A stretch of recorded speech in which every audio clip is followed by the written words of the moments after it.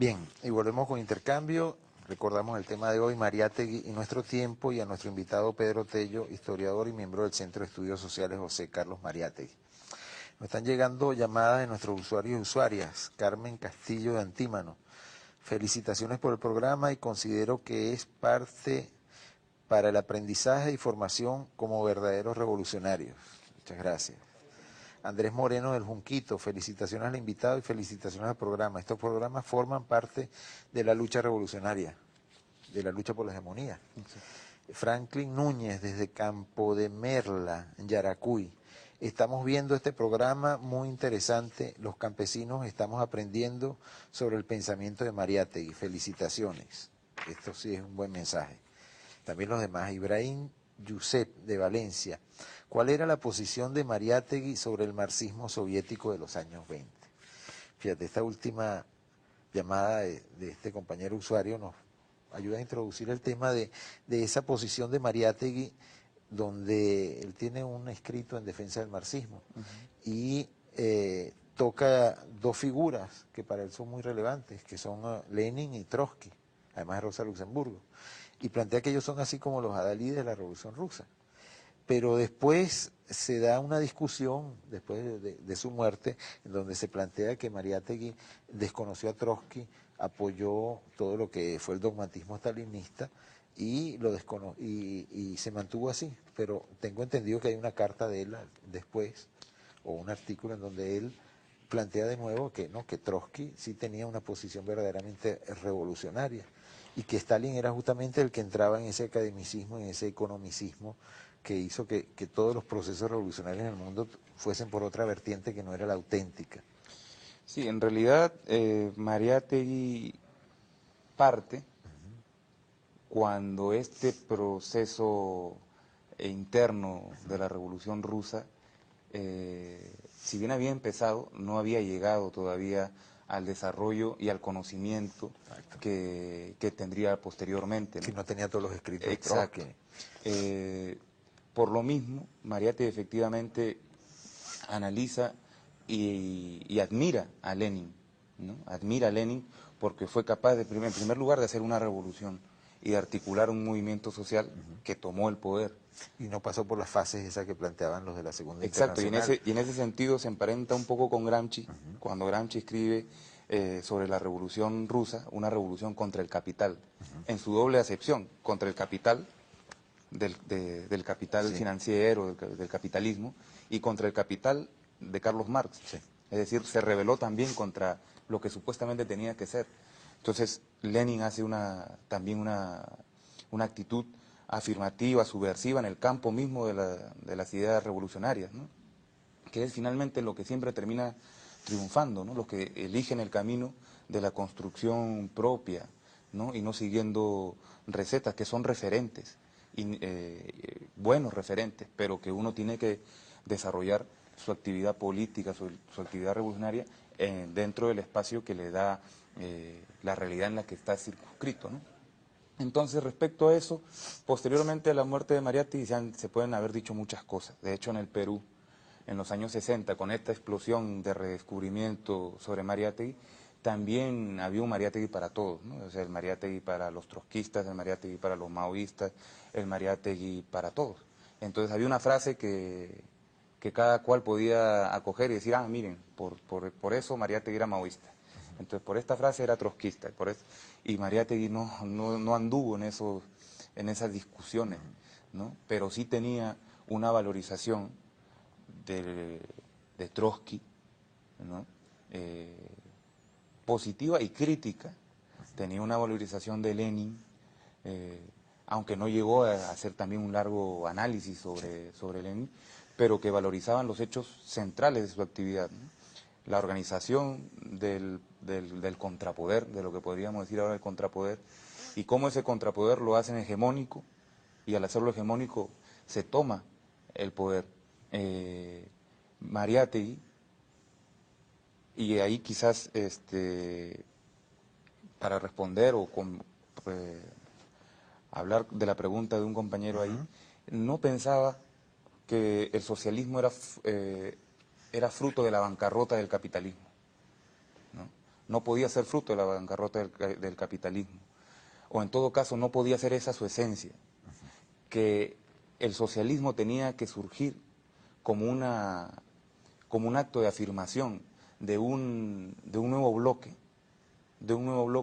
que se eleva culturalmente, se eleva moralmente, se eleva en todos los aspectos de la vida y que logra imponerse a otro sistema, pero sobre todo porque lo ha logrado superar en una afirmación, ¿no? No solamente porque el capitalismo no sirva, sino porque esta nueva sociedad es superior en todos los terrenos. Por eso habla de la moral de productores, porque siempre nosotros, o en la izquierda muchas veces caemos a veces en el error de hablar de los oprimidos y que somos Exacto. los pobres y que pobrecitos somos. Y Mariátegui decía que no, que nosotros teníamos que elevarnos a la moral de productores, a la moral de los que construyen la vida, de los que afirman en su existencia la reproducción de la política, la reproducción de la vida social. El mundo puede funcionar sin burgueses, pero no puede funcionar sin obreros, ¿no es cierto?, sin trabajadores, ¿no? Entonces, esa elevación moral, revolucionaria, ética, con una nueva forma de relacionarse, es lo que plantea Mariátegui, ¿no? Además de que, claro, el capitalismo en su bancarrota ya es una razón en sí misma para plantear otra alternativa. Claro, ahora estamos en unas condiciones mucho más distintas en que la bancarrota del capitalismo y su propio desarrollo pues, tiene el problema de llevar a la humanidad a su propia destrucción, ¿no? Exacto. Bien, nos han llegado otras nuevas llamadas de usuarios y usuarias. Ada Salazar, del Tigre, estaba en Suátegui.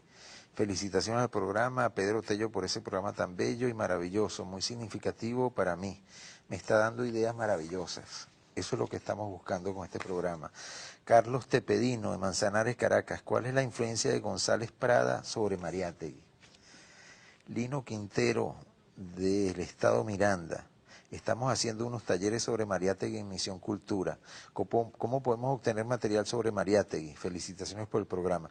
Bueno, en Internet se puede conseguir todos los materiales de Mariátegui Sí, están en Internet. y que se pongan en comunicación con el centro. Pues Ok. ahorita Si daremos los te dan un teléfonos. teléfono, ahora lo das. Sí.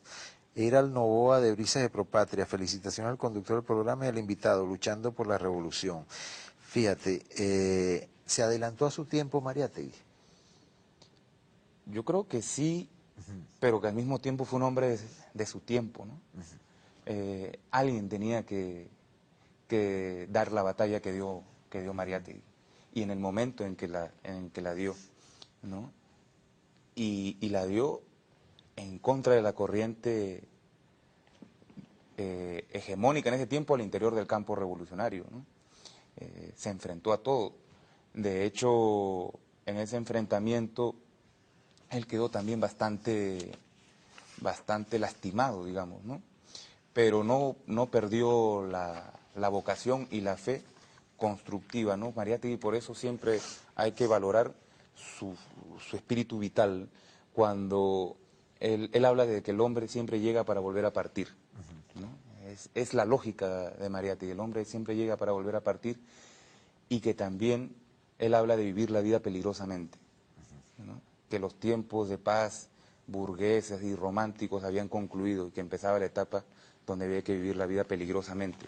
Entonces, ese espíritu de aventura, efectivamente,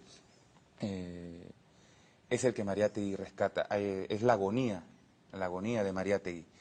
Hay un historiador peruano, que es Alberto Flores Galindo, que tiene un texto que se llama La agonía de Mariátegui, y que está en el sentido del que usaba Unamuno de agonía. Agonía es lucha, es combate, ¿no? Agoniza el que lucha, dice. Y en ese sentido la vida de Mariátegui es una agonía de ese tipo, una lucha constante por afirmar en un diálogo también con lo diverso, ¿no? Con lo diverso. Por eso el rescate y las relaciones que tiene con la diversidad del campo intelectual peruano, con la diversidad del campo obrero. Es famoso el Rincón Rojo, que está en la casa de Mariátegui, donde se sentaban obreros intelectuales a debatir problemas y no a enseñarle a los obreros, sino a dialogar y a aprender de la tradición cultural obrera, de la tradición popular finalmente, con también las palabras que tienen los intelectuales, y en ese contexto se inscribe también la revista Mauta y otras publicaciones más. Entonces, hay un interés y un diálogo en Mariátegui por abrir la discusión como única manera de hacer una construcción capaz de superar al capitalismo hasta en la cultura, capaz de superar al capitalismo en la educación, capaz de superar al capitalismo en todos los terrenos. Y esa actividad la hace sin caer en el personalismo, poniéndole el énfasis en la construcción de las organizaciones sociales. Y ahí se enfrenta, y ahí también está esta pregunta sobre Manuel González Prada, que Sí, es un González Prada, ¿cuál anarquista, fue su influencia? un anarquista peruano, un pensador anarquista peruano, que fue muy importante en la denuncia de lo que era la República naciente en aquella época, ¿no? de 1800, posterior a la guerra con Chile. El Perú era un país devastado en todos los sentidos, moralmente. Donde pones el dedo, salta la pus, decía González Prada.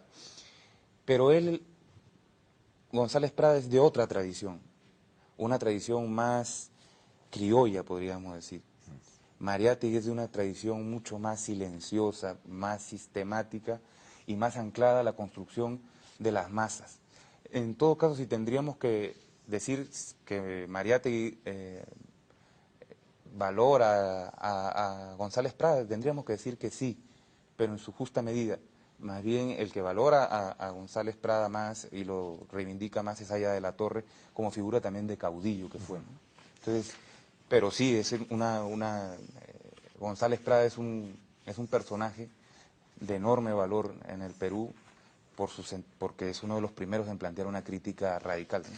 Fíjate, me dicen como siempre que el tiempo es un verdugo aquí. Tenemos otra llamada de usuarios y usuarias. Marisela Rodríguez de Puerto Ordaz. Felicitaciones por el invitado. Me hizo recordar a Mariátegui, a quien leí hace 25 años. Antonio Díaz, desde Barinas. Estamos llevando a cabo en los círculos de estudio el pensamiento de Mariátegui. Queremos contactar a Pedro Tello. Pedro, da un teléfono Bueno, donde sí, puedan contactar. pueden llamar al 0414-120-2723, preguntar por mí, por Pedro Tello. También pueden llamar al 0414-010-5893 y preguntar por el compañero Carlos Pinto, que también es coordinador del centro. ¿Tiene un correo electrónico donde pueden escribir? Sí, es cesmariategui@gmail.com. Muy bien. Fíjate, Pedro, me parece que este ha sido un muy buen programa por la cantidad de llamadas y por lo que estábamos planteando al inicio, que este es un proceso en donde tenemos que rescatar no solo nuestra historia, la de Venezuela, sino tenemos que rescatar nuestra historia de toda América Latina y también toda esa historia universal que el imperialismo a través de sus medios de comunicación, su sistema educativo, fue relegando, porque parte de de nuestro poder y de nuestra conciencia es el rescate de nuestra historia y de nuestra memoria. Yo te agradezco haber estado aquí esta noche, esperemos tenerte otra vez y le damos las gracias también a todos los usuarios y usuarias por la paciencia que han tenido con nosotros. Esperamos que este programa haya sido de provecho y nos vemos en el próximo intercambio. Buenas noches.